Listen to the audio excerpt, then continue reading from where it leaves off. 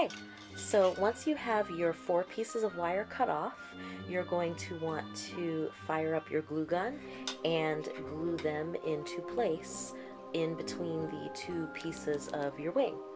Now, you want to make sure to leave yourself those extra few inches, and the reason why we're doing this is because there's a couple of different ways that you can attach these wings to your back. So give yourself, just a few inches here, and you're going to start to glue your wire onto the paper. Now, what's great about this is that it doesn't have to be really neat. It can be super messy, but you do want to work like a couple of inches at a time. And I would actually suggest putting a little bit of hot glue, a few inches, holding your wire down, and putting a little bit of glue on top of that, and just holding it there for a couple of seconds while it dries. Then you're going to want to do the same thing with your second piece of wire. I'd say if you have 1, 2, 3, 4, make sure that you give yourself room to space them out kind of evenly. So you can put the next one, like right about here. Leave a few inches on the edge. I think we're safe to, maybe not. Hold this down for just another second. Okay. All right. You're going to do the same thing with your second piece. A little ribbon of glue. Hold your wire down. And squeeze out some more glue on the same thing. Uh-oh, that wasn't dry. Stay down. Yeah. I wouldn't recommend touching the hot glue to see if it's dry. I have a tendency to do that because I'm impatient and because I have burned my fingers so many times. I think I'm like impervious to hot glue. I have like hot glue finger. It's a real condition. Those of you crafters who are watching this, you know what I'm talking about. Okay, and once that's secure, you do the same thing with your third.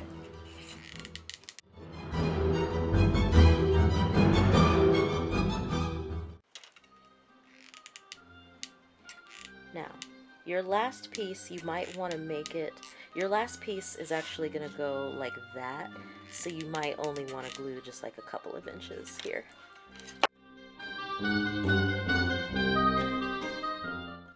Okay, so once you've glued the first few inches of your wing, you want to kind of hold the end in place. Move that out of the way. Alright, you want to glue, like hold the end of this wire in place and just start to kind of like bend it in the direction of the little like peak here where it's going to shoot out. Each one of these is going to, whoops, that wasn't quite dry. I'm going to hold it down and you're going to direct it so it goes out right there. And that. And this one will go like that. And this one will go like that. And you want to glue it. It doesn't have to be all the way to the end. Oops. Not a glue. You don't have to glue it all the way to the end, but just close enough so that the wire kind of knows where it's supposed to go. This is the most boring part of the entire process. A little bit. I like to sometimes melt the tip of the glue before sticking it in, just hopefully it will keep it from falling out all the time. And what's great about this is that it's making this whole thing really strong. This paper might seem really flimsy at first, but when you put this and then the other layer on top, this will be very strong.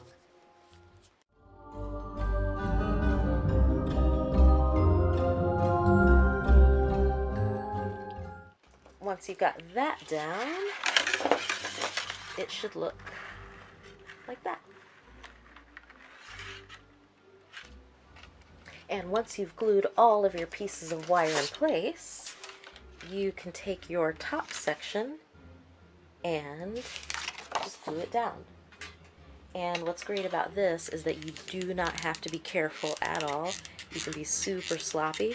I like to start at this end and just squirt out as much glue as I think that I need to cover all my wires. Just make sure that it lines up, and once you think that that's secure, you can fold it back and glue the next section. Sorry about the squeaky noise that this glue gun makes. I bought it mostly because it has crazy zebra print, but it also makes a squeaking noise. It's kind of annoying. I don't know if I'm in love with this glue gun. It's one of those Art Minds ones, I think, from Michael, and they have like polka dots and zigzags, and I think I just kind of got suckered in by the cool design, but it's not my favorite. Take a piece of masking tape and wrap it around the edge here so that it comes to a point. And you only need a little piece. So, part of the reason why we're doing this step is because the next thing we're going to do is start to kind of play around with the shape of our wing and manipulate all these little veins. So these are now kind of like the individual bones of your hand or your foot. And how you flay these out, whether or not you want your wings to kind of hang down or if you want them to flare out dramatically, that just depends on what you do here. So I'm going to shape mine out just a little bit, and this one's going to go out a little bit too. This one, just a little, and then the inner one, I'm actually going to turn it the other way so that I have a wing that kind of has a shape like this. So that's how I've chosen to do mine. You could even have yours going absolutely straight if you want to have wings that are more like bat wings, where those veins are kind of like, you can go straight out from there. Now that you have your wing kind of membrane here, you're going to want to set that aside and roll out your mesh. The mesh that I got is about 21 inches wide. You definitely want to try to get the widest one that you can, because it'll give you more to work with. So I'm going to roll out my mesh,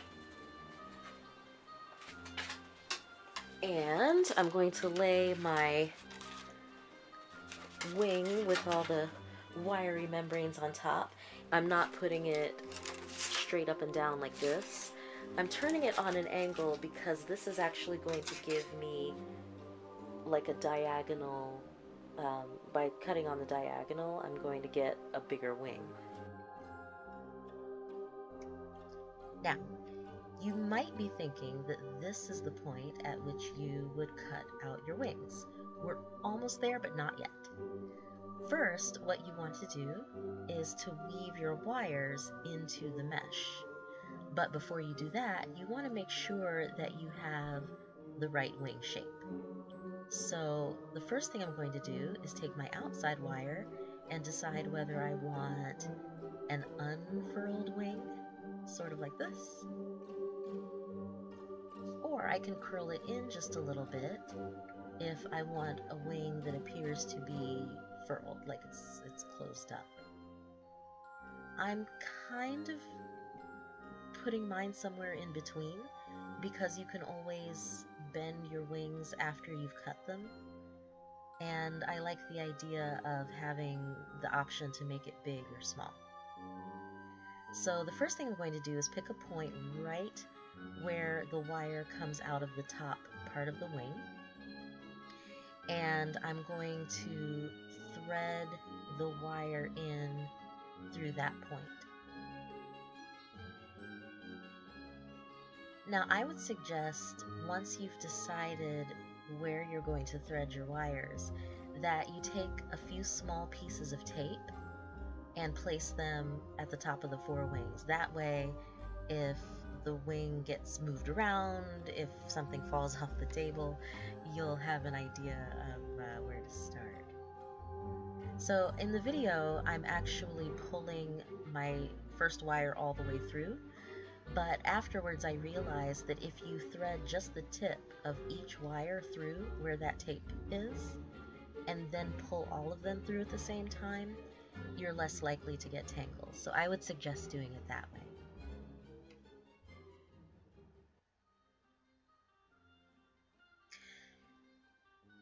Now I'm just playing around with where my wires go, and they may move around a little bit, but one thing that you want to make sure to do is to thread the wire through in the center as well. You don't want to thread it through at that top part and then at the end like I'm doing here. Make sure you also thread it through the center.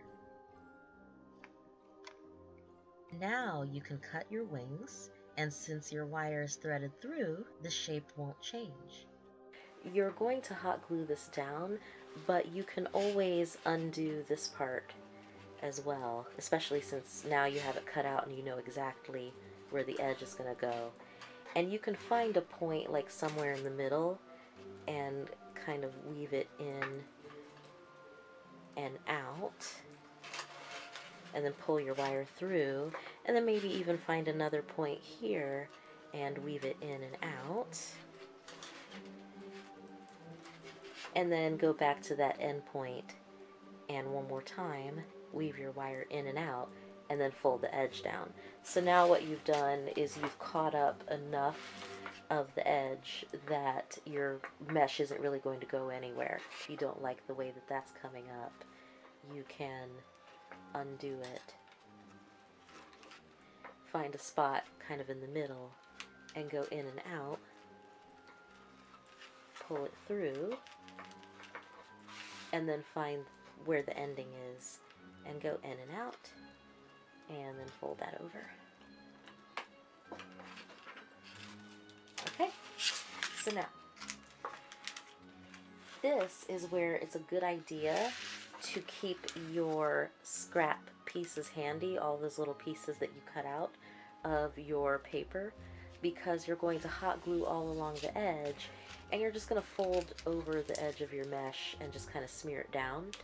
And even those of us who have hot glue finger and have lost all sensitivity in our fingertips, you don't necessarily want to do this with your bare hands. So grab a piece of your cardstock and just get ready to glue and smear and glue and smear.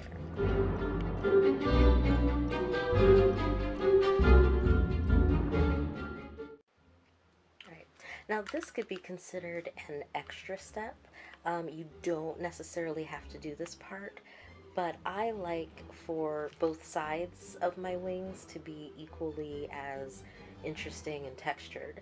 So you'll notice that this side now has mesh on the top, and this side where you just folded over the edge and smeared is just the flat paper.